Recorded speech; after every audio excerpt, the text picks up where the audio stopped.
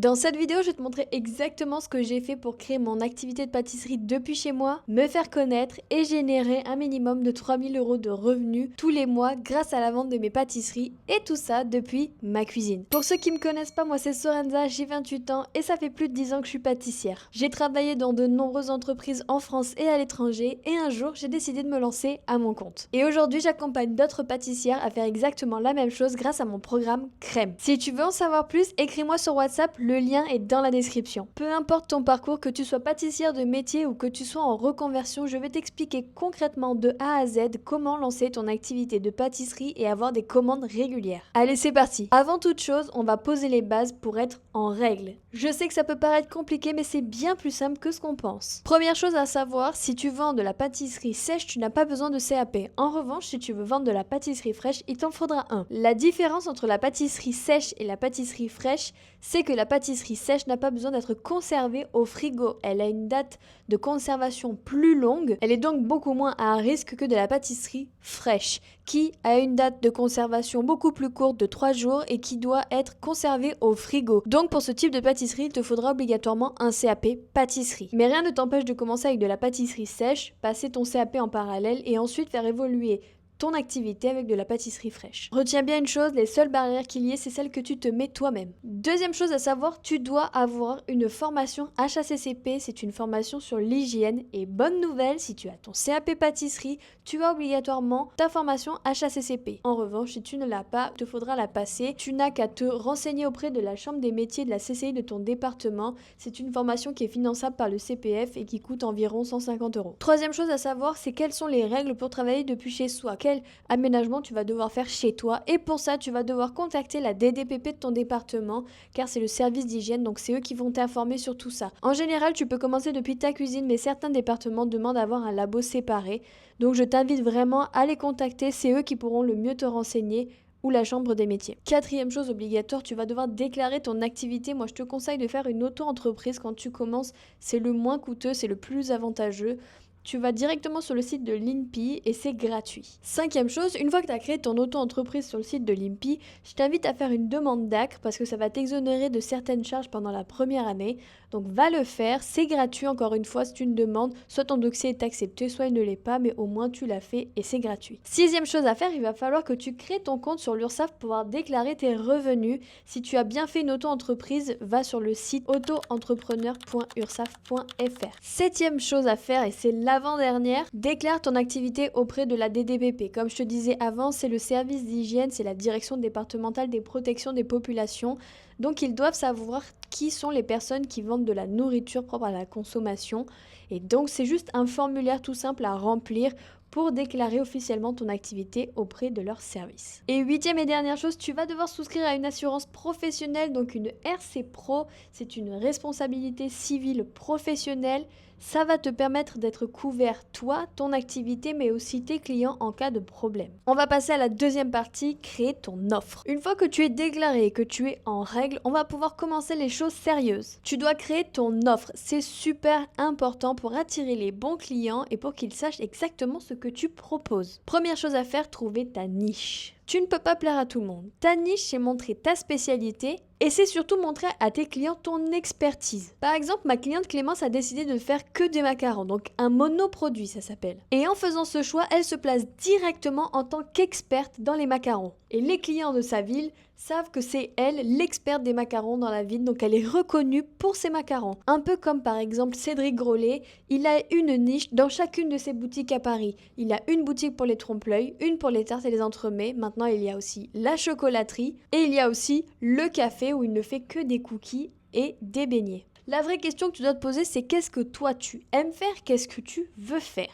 Est-ce que tu veux faire des cookies, des madeleines, des entremets, des tartes modernes? Tu aimes le pochage, tu aimes le glaçage? Est-ce que tu aimes faire des cakes? Est-ce que tu aimes faire des pièces montées? Est-ce que tu aimes faire des cake design? Ça, c'est à toi de réfléchir et de voir ce que tu aimes faire.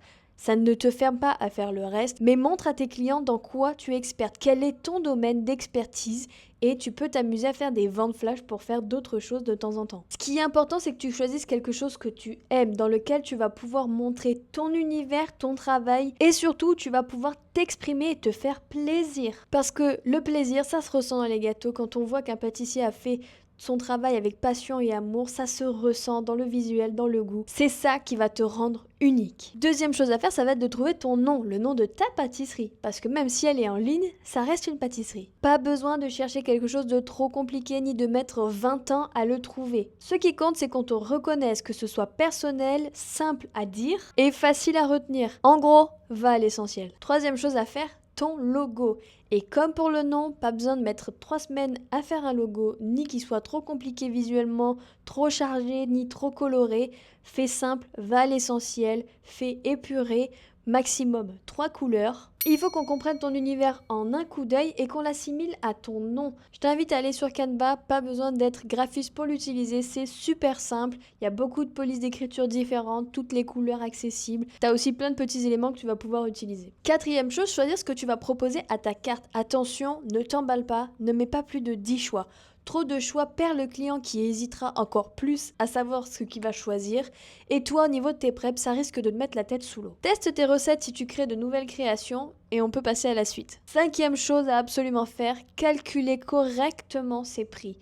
Pour calculer ses prix, il y a vraiment plusieurs choses à prendre en compte, comme tes matières premières, tes emballages, ton taux horaire, le temps que tu mets, combien tu te payes à l'heure, tes charges fixes et surtout ta marge. Et si tu veux pas t'embêter la vie, j'ai créé un tableau pour te changer la vie. Je l'ai moi-même utilisé, mes clientes l'utilisent dans Crème. Tu pourras retrouver le lien de ce tableau dans la description. Écoute, ça fait 10 minutes que tu me regardes, donc je sais que tu es pâtissière et que tu veux te mettre à ton compte. Écris-moi sur WhatsApp qu'on prenne un rendez-vous pour s'appeler. Je pourrais te donner beaucoup plus de conseils que juste avec cette vidéo simple et gratuite.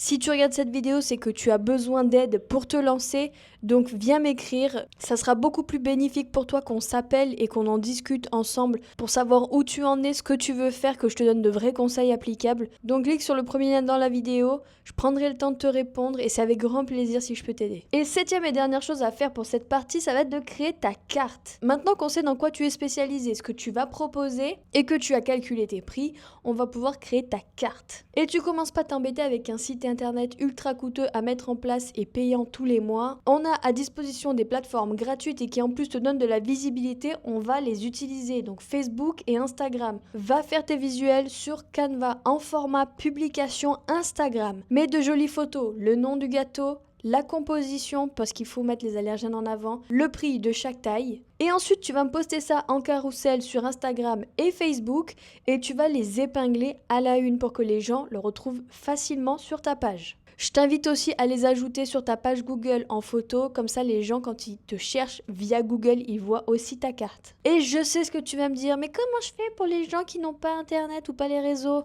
C'est pas compliqué. Vu que tu auras enregistré tes visuels en photo, tu leur envoies directement par message en photo. Et si c'est des grands-parents et que, encore une fois, ils n'ont pas des téléphones high-tech ou des smartphones, ils ont de la famille, vois si tu peux pas leur envoyer via sa petite fille quand elle vient la voir le mercredi ou sa fille qui vient la voir tous les mercredis soirs. Ok, chaque problème a une solution, on peut toujours trouver un moyen de donner sa carte à son client. Partie 3, on va créer ta vitrine. Maintenant que ton offre est prête, il faut la montrer à tes futurs clients. Et ta vitrine aujourd'hui, c'est tes réseaux sociaux. Parce que quand on n'a pas de boutique physique, on n'a pas de vitrine devant laquelle les gens passent qui leur donne envie d'entrer dans la boutique et de manger tes créations. Donc il va falloir en créer une pour leur montrer ton travail. Commence par connecter ton compte Instagram à ta page Facebook. Comme ça, tu pourras tout piloter depuis Instagram, c'est beaucoup plus facile. Je sais, il y en a qui vont me dire « Oui, mais il y a MetaSuite Business ». Croyez-moi, c'est beaucoup plus simple de tout piloter d'Instagram, sachant que tous les outils sont à disposition dessus. Donc écoutez-moi et pilotez tout d'Instagram.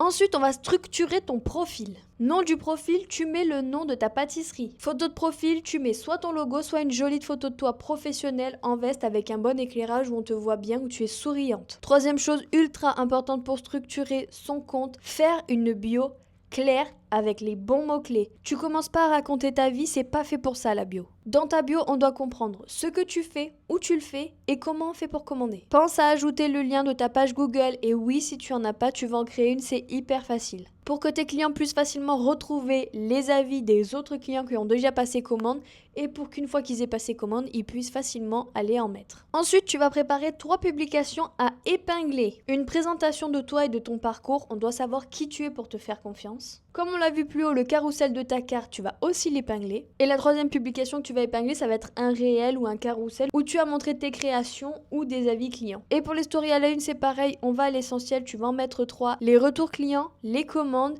et les infos utiles. Ce qui compte avec les réseaux sociaux, c'est la régularité. Tu dois mettre minimum 3 stories par jour et faire 3 posts par semaine. Ça peut être des réels, des carousels, des publications simples. Et tu postes pas tout le même jour. Quand je dis 3 fois par semaine, c'est pas tu mets tout 3 d'affilée le lundi. Tu mets lundi, mercredi, vendredi, tu espaces entre. Et rappelle-toi que quand tu filmes une recette, tu peux dupliquer ce contenu à l'infini. Tu peux utiliser un rush pour faire juste un réel, mettre tous tes rushs pour faire une recette en entière, l'utiliser en story, l'utiliser dans un carrousel. Tu peux vraiment recycler ton contenu. Tu peux très bien partager les étapes de tes créations, le résultat, des astuces de pâtisserie, des avant-après. Sois créative, regarde ce qui fonctionne sur les autres comptes, ce que tu aimes toi aussi regarder et inspire-toi. Une fois que tout est en place, il faut trouver des clients. Commence avec le plus simple, ton cercle proche. Famille, amis, collègues, personnes avec qui tu vas au sport, avec qui tu promènes tes chiens. Toutes les personnes que tu connais doivent savoir que tu te lances à ton compte et que tu vas vendre tes gâteaux. Montre-leur ce que tu fais, fais-les s'abonner à ton compte. Et dis-leur de repartager la publication de ta carte, d'en parler à toutes les personnes qui connaissent. Le but, c'est que le plus de personnes possible sachent que tu vends des pâtisseries. Et attention, quand je parle de ton cercle, je te parle des personnes qui sont dans la même ville que toi.